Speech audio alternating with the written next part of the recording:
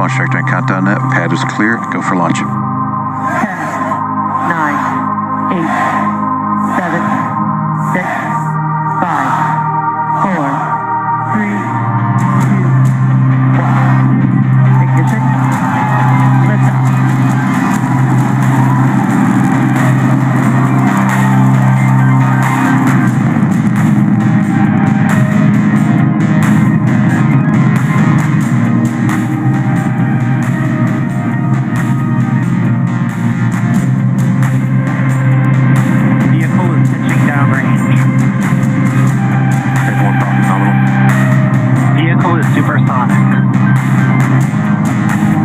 This evening.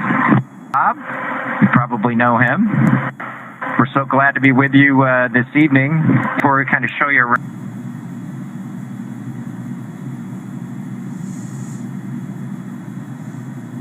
On the same orbital plane as the International Space Station, and we've already begun integrated operations between the teams here in Hawthorne and those out in Mission Control Houston, and now we're just really getting into some of the final steps before Dragon makes it to the space station. Yeah, and on your screen right now we're in orbital night, so the Earth is blocking the sun, but you can see the lights from the Dragon spacecraft. That flashes a light that's right along the forward hatch. Right now, Dragon is in miles from the International Space Station. And we're on that co-elliptic orbit. We're just kind of catching up from behind now. Congestion, which was super awesome. He talked a little bit about the changing and going back and forth between our suits and our sleepwear and the clothes we're in now, and managing all those things. But we've managed to keep the ship pretty tidy at this point as we went through the night's activities and then got into our preparation for today. We did get our suits dried out, get them packed away into the black bags that are stowed in the outboard seat used for riding into orbit, and then over against kind of that former window location, there is a you can see Doug's sleep bag there next to his crew notebook, and so that's how we're keeping all of our laundry constrained floating all around today. Doug mentioned the manual flying and how well the simulator matched that. I'll tell you that for the ride uphill on ascent, they just are never able to capture that at the simulator. And so I think Doug and I were talking about all the observations that we had all the way uphill. While it was an exciting ride, I think we got a couple of minor surprises just in terms of the way the vehicle is kind of moving and shaking and taking you into orbit. You can tell that it's fighting against the Earth as it makes its way into space, and that's just something a simulator can never truly simulate. We do have a friend on board with us. We introduced you to Trimmer yesterday when we did our little activity with the camera. Trimmer also had a good night's sleep. I know that both of our sons are pretty happy about that with their pet dinosaur making it into orbit and having a good night in zero gravity. We plan, once we get on board the space station, to reunite Trimmer with Earthy and plan to bring both of them back to Earth. I know that we'll get Trimmer through the safety brief and get all the education that's required so that we'll have a safe operation while we're on board the space station should anything come up that we need to be prepared for. I know that Trimmer's also looking forward to helping us out with EVA preparations, just in case we need to do a spacewalk, and so we're looking forward to that as well. 2 minutes until LOS. 8 minutes from now. Now on your screen is a view of the Dragon spacecraft closer to docking. So here's a good view. Moving it across a couple of different axes. So again, translational means you're moved right. TS is armed for launch. Under a minute now, the FTS, the Flight Termination System, has been armed. Dragon, SpaceX, go for launch.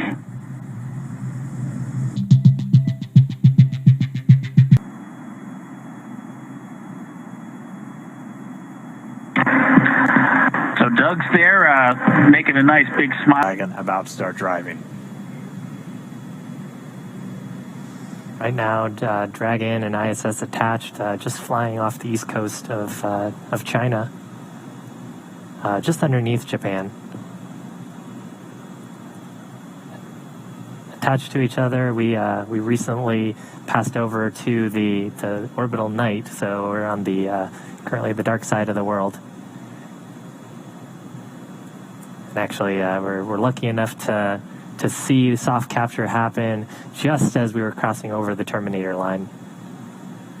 And if you're wondering what you're looking at, this is one of the cameras on the very outboard part of the Japanese experiment module, looking back in towards the very front part of Node 2, where Dragon is currently docking. We will mainly be working on the station side to pressurize the vestibule. So, as Shiv has talked about, the space between the Dragon capsule and the space station was exposed to vacuum, and even after this tight seal has occurred, we'll still be at vacuum inside. So we'll actually open up a valve to supply air from the station side into that space between the Dragon and station hatchways, and they'll get it up to the same ambient pressure that we'll have inside of Dragon and on the station itself.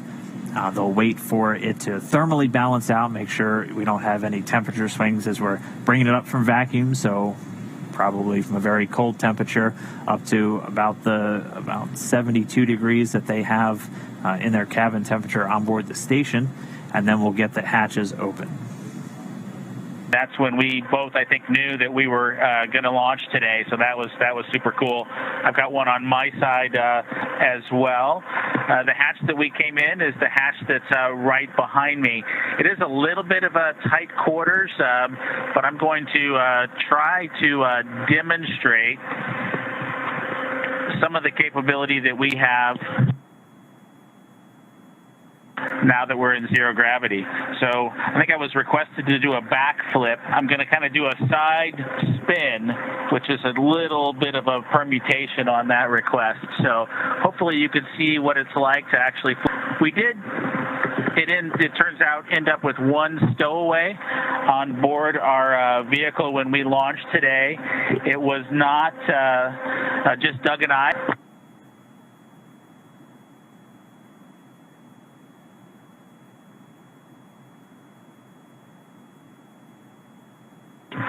Okay, as we work our way towards one of the windows, unfortunately it's getting a little bit dark, but I don't know if Bob can pan over here. We just passed off of the coast of Newfoundland and we're headed over to over the Atlantic right now. I don't know if you can get a good picture of that.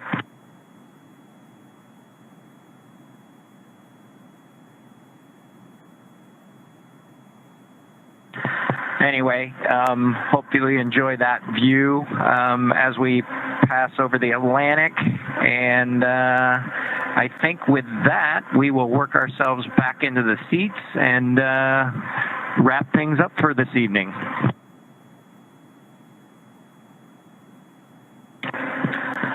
So Doug's there making a nice board Dragon. My name is Doug. Next to me is Bob. You probably know him. We're so glad to be with you this evening, and welcome the vehicle. You'll hear them refer to the RPOP, which is the Rendezvous Proximity Operations Program. That's just the name of the program that they're using on a laptop inside of the station to actually monitor Dragon. And as they just demonstrated a little while ago, the crew has the ability to send commands to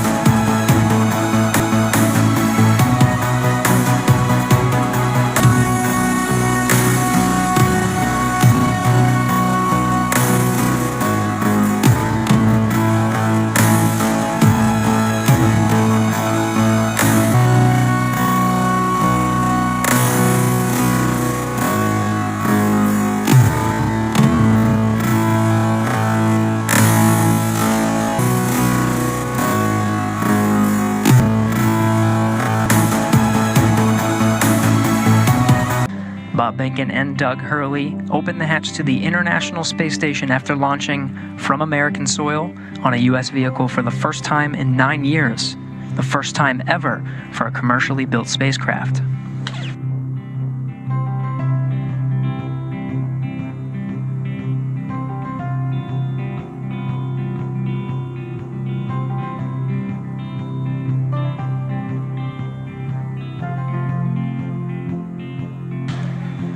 We have Bob Behnken from SpaceX Demo 2 mission entering the International Space Station.